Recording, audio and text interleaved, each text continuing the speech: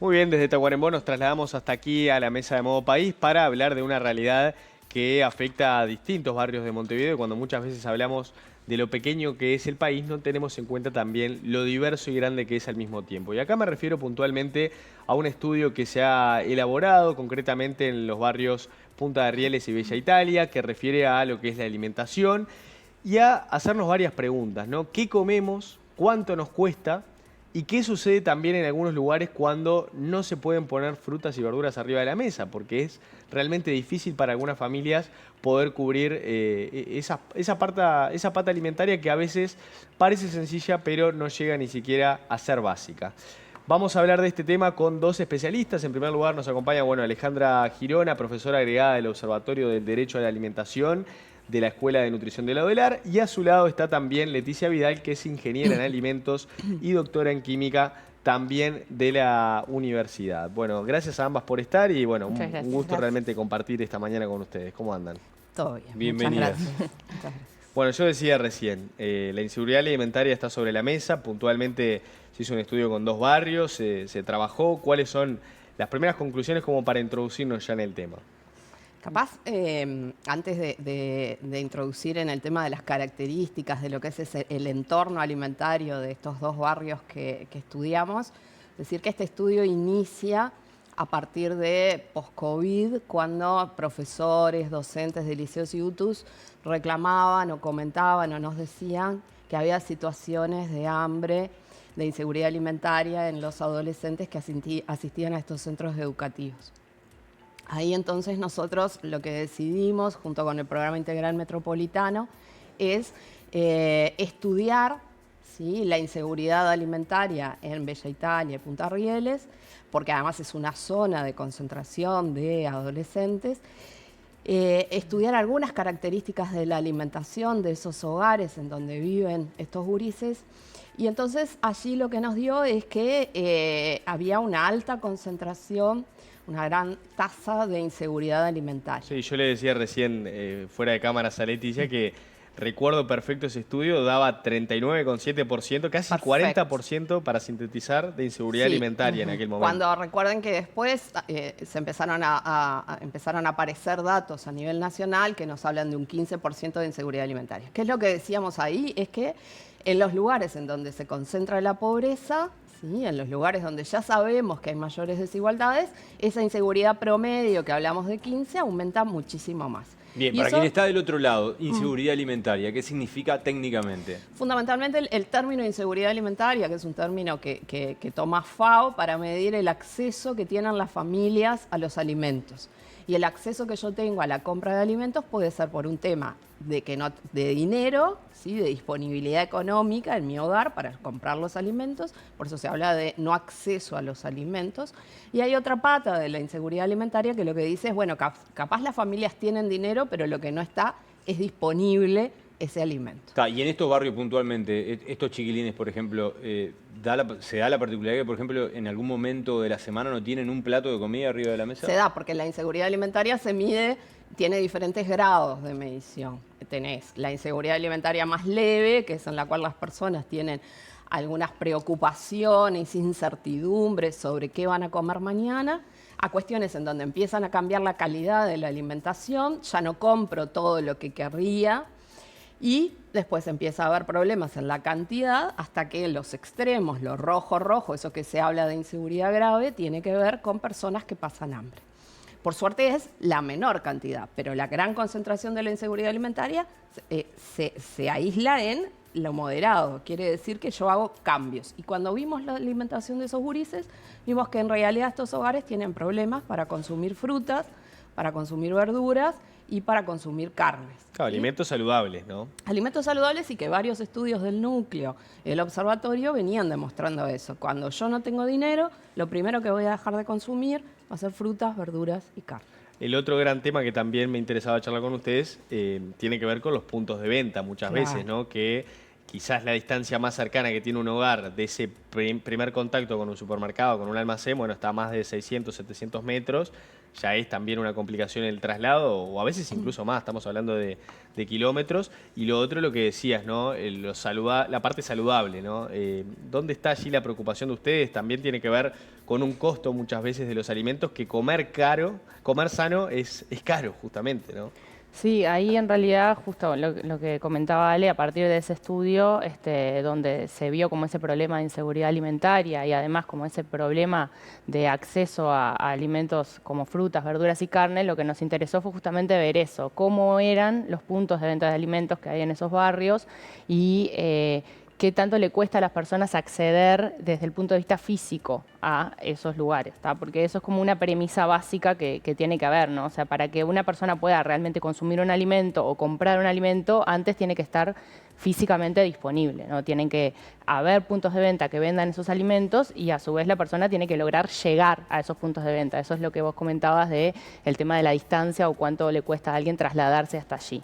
Entonces, bueno, justamente lo que nosotros estuvimos haciendo fue como un relevamiento en el territorio de cuáles eran los puntos de venta que había disponibles y a su vez qué vendían esos puntos de venta. Entonces, claro, porque frutas y verduras en cualquier almacén de barrio puedes encontrar o no.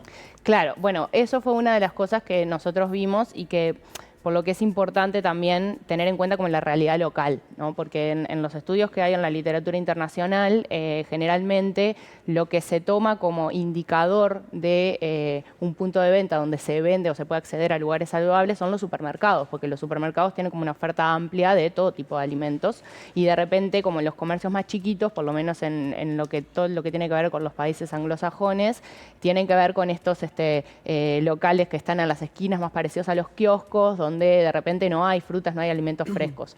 Esa realidad en nuestro territorio es bien diferente y fue una de las cosas que nosotros vimos con este estudio, que hay una densidad muy alta de locales chiquitos y que a su vez esos locales chiquitos, que en su mayoría son almacenes, venden de todo, venden frutas, venden verduras, incluso venden carne. Entonces, una de las grandes como conclusiones de este estudio que hicimos fue que en realidad desde el punto de vista físico, o sea, de lo que hay disponible en el territorio y la distancia que tienen que recorrer las personas para acceder a un punto de venta donde hay fruta, hay verdura o hay carne, no hay un problema. Pero bueno, en este estudio que nosotros hicimos, la riqueza es que también recogimos como las miradas o las voces de las personas que viven allí en esos barrios y ahí podemos dar cuenta de que las dimensiones que generan problemas no es el acceso físico, sino otros que tienen que ver con lo que comentabas tú, ¿no? Del tema del precio, de la calidad, de la variedad. ¿O hay algún patrón que por algún motivo yo elijo otra cosa antes que la fruta y la verdura? En realidad, el consumo de frutas y verduras en el Uruguay es bajo y es históricamente bajo en toda la población, en todo el curso de vida, en niños, en adolescentes, en adultos, ¿sí?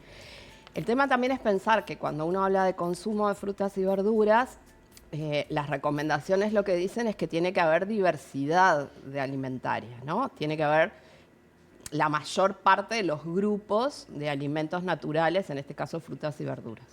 Lo que pasa en estos contextos de pobreza es que los hábitos de consumo de frutas y verduras son muy limitados. Primero porque es lo que me ofrezco, generalmente es lo que me ofrece el mercado, pero además por un tema de costos. Entonces termina siendo cebolla, morrón, zanahoria, algo de papa, ¿no? Banana y manzana. Y ahí se termina el repertorio de frutas y verduras que debo consumir. Entonces también es un problema. Y esto tiene que ver con lo que está disponible, lo que vendo, porque no voy a traer brócoli si no lo voy a vender, con lo costoso que es. Entonces, ahí hay muchas patas vinculadas a los malos hábitos, por decirlo de alguna manera, en cuanto al consumo de frutas y verduras. Sí, a mí me llama mucho la atención, Alejandra, un concepto que manejan ustedes en el estudio, que no habla de Punta de Rieles ni Bella Italia como un desierto alimentario, sino que ustedes dicen directamente que son una jungla de injusticia alimentaria. Esto toca parte de las patas que estaban señalando ustedes, pero me imagino que va mucho más allá. ¿Qué quiere decir jungla de injusticia alimentaria? El otro día, sí, teníamos que de alguna manera definirlo y se nos ocurrió esto de la injusticia alimentaria porque en un país con las características como las nuestras, que haya personas que no puedan acceder a los alimentos básicos, es una injusticia realmente alimentaria. Y esto implica repercusiones no solo desde el punto de vista bueno, si consumo o no consumo diariamente, si llego a las recomendaciones del ministerio, tiene que ver con cuestiones mucho más estructurales que están pasando en los barrios y que tiene que ver con el acceso. Una de las cosas que veíamos con Leti y el equipo es, por ejemplo, en los asentamientos, la alta densidad de comercios que venden alimentos. Pero hay que pensar que son pequeñitos almacenes que tengo en mi comedor, en mi living, en donde además de ahí nutro a mi familia, ¿sí? Además de que es el trabajo, es la forma que tengo de ingreso de dinero, esta venta de alimentos, que es fraccionada, porque nosotros lo vimos en el recorrido. En general, lo que se vende más es lo que se puede fraccionar, ¿no? Y pensemos, liguémoslo a qué cosas son los ingredientes de cualquier guiso o comida de olla. Entonces yo compro fraccionado lentejas, compro fraccionado arroz, fideos. Bueno, Hay una oferta también importante, te debo decir, de comida rápida, ¿no?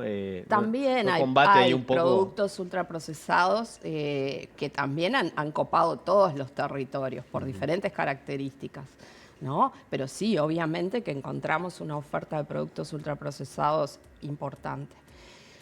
En esta población, cuando nosotros estudiamos, además lo que vimos es que tenemos problemas nutricionales, tanto por déficit, por exceso también. Y esto tiene que ver con la calidad de la alimentación a la que acceden estos gurises y sus hogares.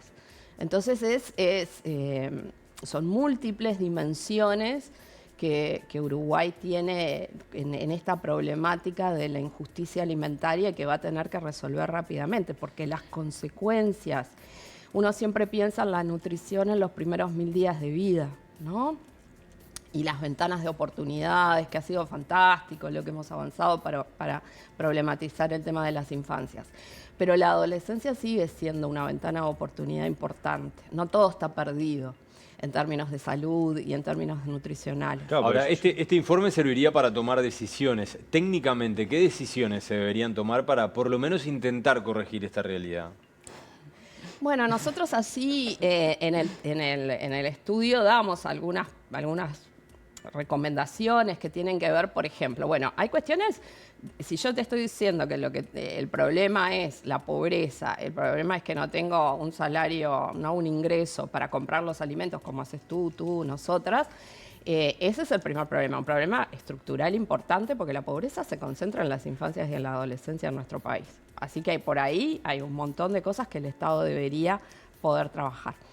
Lo segundo, en lo alimentario, es decir, bueno, ¿por qué no pensar en cuestiones de circuitos más cortos? Lo que nos decían los almaceneros es que le cuesta mucho trasladarse hasta la UAM para conseguir los alimentos que después va a vender. Pensemos que hay todo un sistema de producción, distribución, almacenamiento, que luego llega a los comercios, que para muchos es complicado.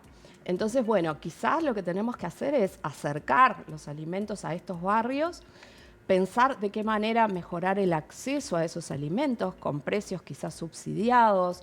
Sí, conozco historia, por ejemplo, de almaceneros que van a la UAM, por ejemplo, una vez a la semana. Sí, claro. Entonces te lleva la lechuga el lunes. Encontrar una lechuga en ese pequeño comercio un viernes es imposible. O generalmente lo que pasa, que era lo que contaban, que priorizaban las frutas o las verduras que tienen como menor problema de que se maduran rápido. Claro. Entonces, básicamente priorizan, yo qué sé, las papas, las cebollas, ese tipo de cosas que se pueden guardar por más tiempo y no pierden tanta calidad. Sí, y hay frutas o verduras que, por ejemplo, necesitan refrigeración y no las no tienen. las No tienen. tienen Imaginate. esos medios, exacto. Claro, entonces hay un tema a trabajar. Hay políticas que son políticas nacionales y está muy bien, pero después hay que pensar en políticas focalizadas que den respuesta a los problemas de los territorios. O sea, pueden haber cambios en la oferta de estos productos saludables para que sean de algún modo, bueno, más accesibles para estos barrios, ¿no? Totalmente. Claro, o sea, en estos barrios, sobre todo, o sea, más allá de lo que comentaba Ale, de las transferencias, las políticas de transferencias para aumentar como el poder adquisitivo de las familias para poder acceder a los alimentos, lo que se veía era como una sobreinflación de los precios. Lo que comentaban muchas de las personas que vivían ahí es, perfecto, yo lo que puedo comprar en mi barrio no es que no pueda comprar una banana, no es que no pueda comprar una manzana, pero me sale mucho más cara que si yo me camino 30 cuadras y voy a un supermercado grande. Entonces, la forma de cómo hacer eso, lo que decía Ale, hacer como esa cadena de suministros más corta, también le facilita al almacenero el poder ofrecer los productos a un precio más accesible. No, Claro. y después lo otro que no estamos pensando, algo deslizabas vos, Alejandra, sobre las consecuencias, ¿no? Pero creo que una de las primeras conclusiones, porque uno a veces piensa en inseguridad alimentaria y tal vez lo relaciona a, bueno, temas de nutrición o problemas en el crecimiento de algunos chicos. Lógicamente que sí se pueden dar esas situaciones, pero también puede pasar que al alimentarse mal, bueno, hayan temas de obesidad o de diabetes, por ejemplo, ese tipo de enfermedades también, ¿no? Sí, en realidad los grandes problemas vinculados a la salud pública en el mundo, y Uruguay no escapa de eso, tienen que ver con la malnutrición. Tanto por déficit, encontramos niños y niñas con desnutrición o con retraso de su talla, pero también el sobrepeso y la obesidad que sigue aumentando y que tiene que ver con la calidad de la alimentación. Hablamos mucho de la fruta y la verdura, pero no nos Carne. olvidemos de la carne. Totalmente. ¿Y ahí qué pasa? Y ahí también hay que pensar en cómo mejorar el acceso, por lo menos en estas familias, ¿sí?, a la compra de carne, ¿no? Los últimos datos, y ya son viejos, de anemia en el Uruguay nos decían que un 27% de los gurises menores de 2 años tenían anemia en el 2019. Después no tuvimos más datos, pero eso dice mucho de este país que nos consideramos que tenemos casi que una vaca, bueno, ahora quizás no, pero una vaca por persona, ¿no? Entonces, bueno, ¿cómo hacer que tengamos una red? Pero hay informes donde, por ejemplo, no recuerdo exactamente el número, pero hay informes donde dice que, por ejemplo, hay uruguayos que comen demasiada carne. Claro, porque pasa que el consumo por año, claro. se mide consumo per cápita. Exactamente, pero digo, hay uruguayos que comen mucha carne y hay uruguayos que no comen. Digo. Exactamente, nosotros lo vimos, la compra fraccionada de 30 gramos de carne para ponerle al guiso. Entonces, eso tiene que ver también cómo pensar en facilitar en redes de comercios en donde las personas puedan acceder a la compra de carne, ¿no? De al menos de algunos cortes de carne. Sí, porque en esos comercios incluso de barrio creo que lo que es carne picada. Exactamente. Sí. Es lo que más uno puede vender y fraccionar y mantener en una heladera pequeña, ¿no?, de estos comercios en general, de los asentamientos, estamos hablando, ¿no? Y estamos hablando puntualmente de Bella Italia y de Punta de Rieles, ¿no? No sabemos qué realidad hay en otros puntos de Montevideo ni en otros puntos del país. Las mediciones de inseguridad alimentaria a nivel territorial en Montevideo están dadas en UNELF, y si no después otro estudio que hizo el programa Apex Cerro en el municipio A, que también daba una elevada cantidad de niños y niñas, en este caso no eran adolescentes, eran niños y niñas con inseguridad alimentaria moderada y grave. O sea, en los territorios en donde vos mapeás Montevideo y sabés dónde están la pobreza, la desigualdad, ahí la inseguridad alimentaria es mucho mayor a ese 15%. Bien, perfecto. Bueno, muchísimas gracias por estos minutos. Nos parecía más que importante compartir los resultados que de alguna manera generan preocupación, ¿no? Creo que es el momento, generan preocupación, pero también es el momento de pensar nosotros siempre decimos, en un plan nacional de alimentación y nutrición, hacia dónde van a ir las políticas públicas para resolver estos temas los próximos 4 años. Muchas gracias. Gracias. Gracias a ustedes.